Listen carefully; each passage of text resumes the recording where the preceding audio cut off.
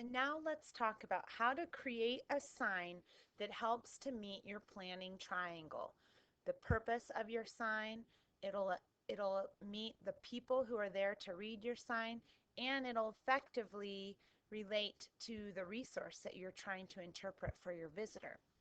The first thing to keep in mind is called the fraction of selection. The goal is to have a high fraction of selection. What this means is that the effort required of your sign should really be less than, or should be less than the expectation of reward. For example, with this low fraction of selection, if you have to put in a lot of effort to read the sign and your expectation of reward isn't all that great, let's give the expectation of reward a 1 and the effort required a 3. You'd have a fraction of 1 over 3, or 1/3, a pretty small number.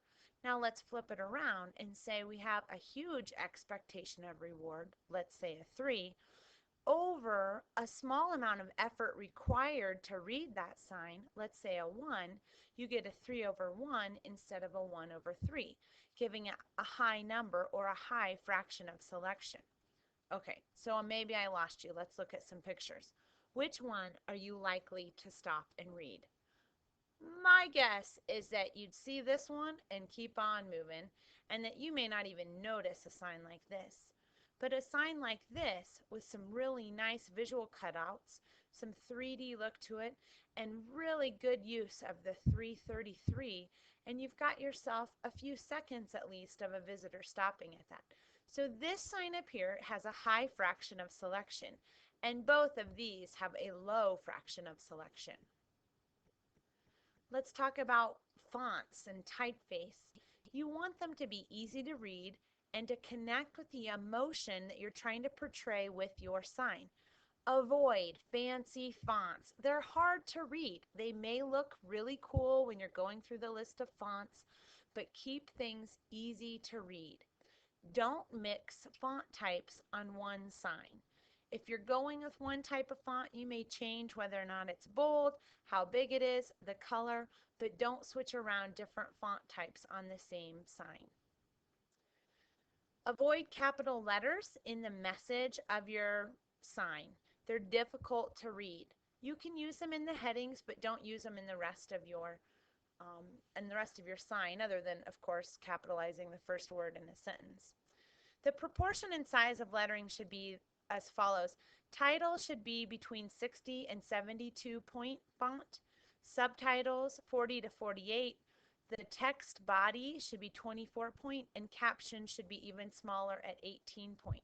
Typically in Word, 12-point font is the default. 11 or 12-point font is the default. So make sure you're looking at what font size you're using, because on your computer screen it may be very legible and readable, but when you print it, it might be too small. This is one taken from the Denver Zoo. You can see they used all capital letters, and you can see how they went smaller font size as you go through the sign. Nice visuals. There's a mood and a theme that kind of runs through the whole primate house of these color schemes. You want something that's going to catch the people's eye walking by, so a focal point. And that focal point then should lead into the visual flow. What object in your sign will somebody see first, and how will it point them throughout the rest of their sign? Choose a strong point of interest. Where do you want them to take their eye next? Use varying levels of visuals and graphics to guide the reader through a progression on your sign. If you have people or animals in your graphics, they should be facing toward the text, not away from the text or off the sign. That leads people to stop reading your sign. Use natural lines with graphics to guide the eye. We'll show you what I mean. Check this out. Moose Hollow, nice and big. Now down here on the sign, you have these moose tracks that are guiding you through this sign, letting you know that maybe you should start here and then up here and so forth as you go through. So this is a nice use of natural signs or natural lines along with graphics to guide the reader through this sign. Let's look at this one. What catches your eye first? This could be a couple of things. I'm guessing that your eye is probably attracted to either this blue or this yellow-blue combination. And either way, you're going to be moving your eye across the screen. So native plants, native people, bringing culture and environment together. Even if you choose to read this information and move on, you've probably gained something. If you choose to read this and move on, you probably get an idea of the people connection. The very last thing I would guess that people would read is this little bit down here. My guess is it's not the most important part of this sign. How does your eye move across this sign? This one is taken from the Denver Zoo. I like the use of the animal in their natural environment to tell a story as your eye moves across this sign.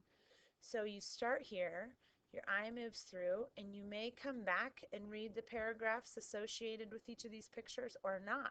But remember that pictures tell a story. You can grab a whole lot of information just from the graphics on this sign.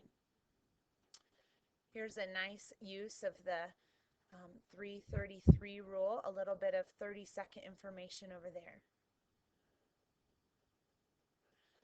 Using asymmetry for a higher fraction of selection is a good idea, and the Denver Zoo does this quite a bit, but where you have a 2/3, 1/3, instead of it split right down the middle, or instead of it being in roughly equal thirds.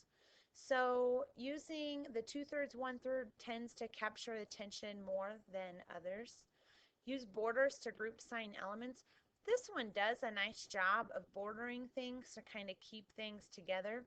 It might border a little too much where it minimizes the flow of your eye and creates a bit lower a fraction of selection simply by the uniformity of all of those pieces. Let's back up a slide here. Here's that 2/3 or maybe even like 4/5, 1/5. And you'll notice, you probably did notice as you walk through the zoo, that being used quite a bit. Here's another example. Maybe a 1/6 over here, a 1/6 over here, and 2/3 of the sign being right here in the middle. So what's your visual flow? Probably just reading this right to begin with. You may move on. You may get more facts over here. You may stop and touch the claws and the pads of the bare foot over there. Okay, vertical lines usually create power. Horizontal lines create peacefulness. Color, hugely important, provides variety, emphasis, unity, and can evoke a mood or complement a landscape. I like this sign and the color choice that they used. Look at the background. What colors do you see in the background of this sign? Light blues and light greens. Yet what's on the sign? Light blues and light greens. The sign then is not obtrusive to the landscape. It complements it very well. The use of the wavy lines tend to create a flow or a peacefulness, can simulate water. And they've got that asymmetry going on too. They bordered the title to make it stand out. I'd say they don't have any 3-minute information on this sign at all, but that's probably okay. I love this sign too, at the polar bear exhibit at the Denver Zoo. What mood do the colors in this sign evoke? I would say cold, and I would say maybe chilled or maybe a little like apprehensive almost with this blue. The other thing too, you've got the tactile, you've got pictures saying it rather than saying polar bears can slide across the ice on their belly. You don't need to. They're saying it with a picture. Same here. Very good choice in their graphics. Okay, it's time to practice. I have included a number of signs throughout the rest of this PowerPoint, and you can open this PowerPoint on D2L separately and look at each of these signs.